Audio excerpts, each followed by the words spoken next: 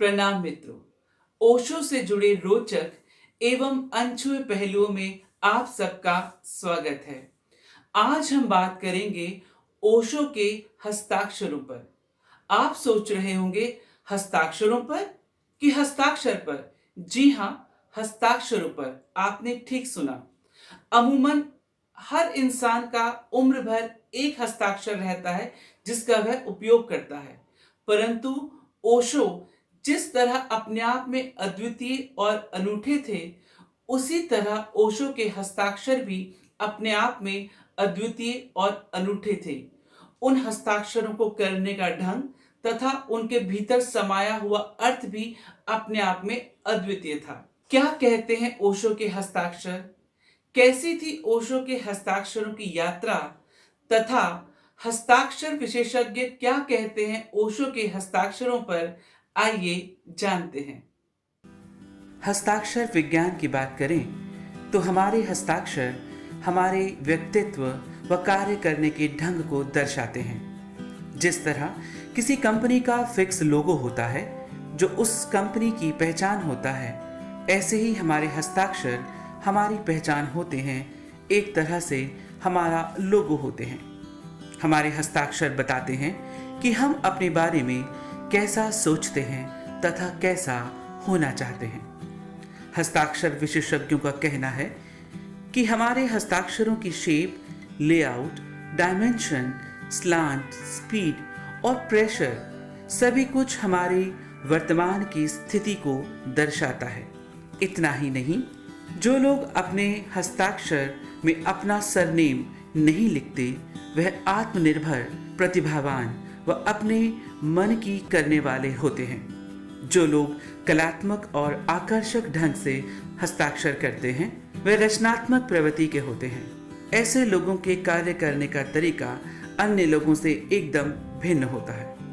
ये सारी बातें ओशो पर सटीक बैठती हैं। ओशो वर्तमान में जीने वाले व्यक्ति हैं और वर्तमान कभी भी एक सा नहीं होता, सदा नया होता रहता है। शायद यही कारण था कि ओशो के हस्ताक्षर सतत बदलते रहे और उनमें परिवर्तन होता रहा। साथ ही उनके हस्ताक्षर बहुत ही कलात्मक हैं, जिसमें कभी भी उन्होंने अपने सरनेम का प्रयोग नहीं किया। ओशो के हस्ताक्षर हर तरीके से अद्भुत और अद्वितीय हैं। ओशो के अद्भुत हस्ताक्षरों को देखकर मायोंग नीलम, जो कि ओशो की सचिव रह चुकी हैं, उन्होंने ओशो से एक बात पूछा था कि आपने मेरी तस्वीर पर क्या लिख कर दिया है? तो ओशो ने कहा, तू ये रख ले, आने वाली सदियां इन पर शोध करेंगी। वास्तव में बड़े बड़े वैज्ञानिकों व कलाकारों को ओशो के हस्ताक्षर न केवल आकर्षित करते हैं, बल्कि हैरानी में भी डालते हैं कि उन्होंने इसमें क्या लिखा है, यह किस ढंग के हस्ताक्षर हैं। बेबूझ से लगने वाले ये हस्ताक्षर देखने वाले में कभी जिज्ञासा पैदा करते हैं, तो किसी को इनकी बनावट व रंग संयोजन उन्हें ध्यान की गहराइयों में ले जाती है। ओशो के हस्ताक्षरों के बारे में ओशो के छोटे भाई स्वामी शैलेंद्र सरस्वती जी बताते हैं, ओशो के हस्ताक्षर या तो उन पुस्तकों पर देखने को मिलते हैं जिन्हें वह कॉलेज के दिनों में पढ़ते थे, या फिर उन पत्रों पर जिन पर वह अक्सर अपने सन्यासियों या संबंधियों को लिखते थे, या बाद में उन्होंने पुस्तकें जो पढ़ी हैं उन पर उनके हस्ताक्षर मिलते हैं। शैलेंद्र सरस्वती जी कहते हैं, ओशो का पूरा नाम रजनीश चंद्र मोहन जैन था। बचपन की किताबों और डायरियों में ओशो के इसी नाम से, यानी रजनीश चंद्र मोहन जैन के नाम से हस्ताक्षर देखने को मिलते हैं। मेडिकल स्कूल तक आते आते उन्होंने जातिवाचक नाम यानी जैन शब्द हटा दिया और सिर्फ रजनीश चंद्र ही लिखा। इसलिए आगे के हस्ताक्षरों में सिर्फ रजनीश चंद्र ही दिखता है। 1957 तक उनका यही नाम प्रचलित रहा। विश्वविद्यालय शिक्षा काल में उन्होंने पत्रों में हस्ताक्षर करने प्रारंभ किए, और जिसमें वह लिखते थे, रजनीश के प्रणाम। हालांकि ओशो के बहुत सारे नाम बदले, उन्हें कभी आचार्य रजनीश कहा गया तो कभी भगवान श्री रजनीश, लेकिन वह अपने दस्तखतों में रजनीश के प्रणाम ही लिखते थे, जिन्हें प्रारंभिक काल में देखा व पढ़ा जा सकता है। यह बात अलग है कि समय बीतने के साथ लिखावट बदलती चली गई और ज़्यादा से ज़्यादा उनके हस्ताक्षर अलंकृत एवं रंग बिरंगे होते चले गए। 1974 के बाद वाले हस्ताक्षरों को पढ़ना आम आदमी के लिए थोड़ा मुश्किल हो जाता है, लेकिन यदि हम उन्हें जोड़कर जमा कर देखें तो स्पष्ट रूप से नजर आता है कि रजनीश के प्रणाम ही लिखा हुआ है।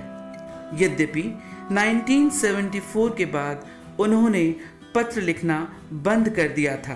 केवल पढ़ी हुई किताबों के अंतिम पृष्ठ पर ही उनके खूबसूरत हस्ताक्षरों को देखा जा सकता है। ओशो के हस्ताक्षरों के संबंध में मां अमृत साधना कहती हैं, ओशो का पुस्तक प्रेम सर्वविदित है। सबसे पुरानी पुस्तक 1950 से प्रारंभ होती है। ओशो पढ़ने के उपरांत प्रत्येक पुस्तक पर अपने हस्ताक्षर, तारीख और पुस्तक पाने का शहर, यह सब अवश्य लिखते थे। मजेदार बात तो यह है, समय के साथ उनके हस्ताक्षर बदलते चले गए। मां साधना बताती हैं, लिखने का ढंग, तारीख और स्थान लिखने की शैली सब कुछ परिवर्तित होता चला गया। हिंदी पुस्तकों में हिंदी तथा अंग्रेजी पुस्तकों में अंग्रेजी तिथि के साथ हस्ताक्षर देखे जा सकते हैं। 1950 के दशक में ओशो सिर्फ अपने हस्ताक्षरों में रजनीश ही लिखते थे, लेकिन रजनीश को चित्रकारी से अलंकृत अवश्य करते थे। 1987 के बाद ओशो ने हस्ताक्षरों में तारीख डालना बंद कर दी। केवल बड़े बड़े रेखांकन और उनमें भरे गए रहस्यमय रंग ही शेष रह गए। ओशो विश्व के पहले ऐसे व्यक्ति हैं जिनके हस्ताक्षर चित्रकला की एक अनोखी शैली बने, जो आगे चलकर जापान में हस्ताक्षर कला के रूप में विख्यात हुए। ओशो के हस्ताक्षर ही अद्भुत नहीं है, ओशो का कलम पकड़ने का ढंग व उन्हें करने का तरीका भी बहुत निराला है। इतना ही नहीं, ओशो अपने हस्ताक्षरों के संदर्भ में बहुत अद्भुत उत्तर देते हैं। ओशो कहते हैं, हजारों बार लोगों ने मुझसे पूछा, इस हस्ताक्षर का क्या मतलब है? आप किस भाषा में हस्ताक्षर कर रहे हैं? तो ओशो ने कहा, इसका मतलब कुछ भी नहीं है, यह कोई भाषा नहीं है। मैंने अलग अलग तरीकों से उत्तर दिया है, लेकिन वास्तव में मैं हस्ताक्षर कर ही नहीं सकता। मैं यहाँ हूं ही नहीं, इसलिए मैंने एक प्रतीक बना लिया है। मेरे हस्ताक्षर कुछ कहते नहीं हैं, यह सिर्फ प्रतीकात्मक हैं। वे कुछ इशारा करते हैं, लेकिन कहते कुछ नहीं। इनका अर्थ कुछ भी नहीं है। यह मेरा नाम भी नहीं है। संसार में यह सबसे बड़ा आशीर्वाद है जहां आप कह सकते हैं कि मैं हूं ही नहीं, केवल अस्तित्व है। वास्तव में ओशो के हस्ताक्षर अस्तित्व की छाप हैं, और अस्तित्व क्योंकि परिवर्तनशील है, इसीलिए ओशो के हस्ताक्षर भी समय दर समय बदलते रहे, परिवर्तित होते रहे। तो मित्रों, यह थी ओशो के अनूठे और अद्वितीय हस्ताक्षरों की यात्रा। आशा है आपको यह जानकारी अवश्य पसंद आई होगी। देखने के लिए धन्यवाद।